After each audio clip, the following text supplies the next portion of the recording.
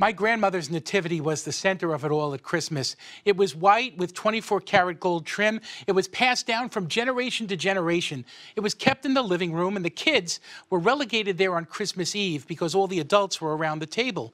And I remember we put on music one year, and we danced and we sang together. And I remember my cousin threw a pillow at me and hit the nativity. The angel over the top of the manger fell down and broke, and we all panicked. But we glued it together with Elmer's glue, and it looked fine to us. We put it back, and my grandmother never said a word.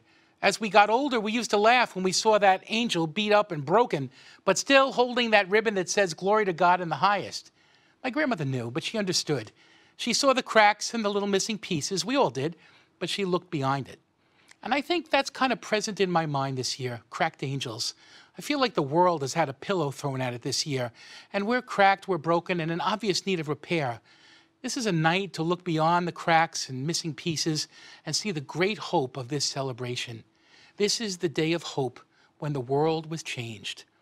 Pope Emeritus Benedict said in his encyclical Spe Salvi on hope, he said, people who have hope live differently.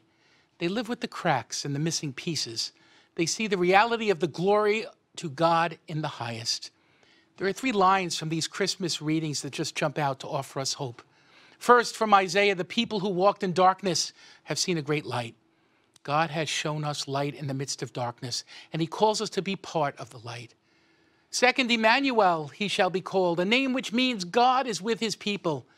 He calls us to something specific, that we must take care of each other in the name of the Lord, that we must bond with one another like never before to care for one another because God is indeed with his people. And lastly, rejoice in the Lord. Yes, because our God has married us, if you will. What do we choose to remember this year? The pain and the terror, the death and destruction, or do we recognize the good and hopeful moments? Do we recognize that we have come through so much and we're called to grow in our understanding of where God is in our lives? Can hope be our reason to rejoice today? Because God has not abandoned us.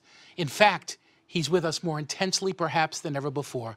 It's about seeing the whole, not just the broken angel. It's about the glory to God in the highest, not the missing pieces. They'll always be there. But what was important to my grandmother was that we were together, that we were linked together forever as family. That's our story too this day. We're linked together forever because the Word has become flesh and lives among us. Cracked angels. Yes, the people who walked in darkness have seen a great light, a bright light which we call Emmanuel, God with his people. As cracked angels pieced together around the manger this year, let us be proud and bold to announce to a world overcome by darkness and fear that take a look at the great light. God is with his people. Rejoice. Glory to God in the highest.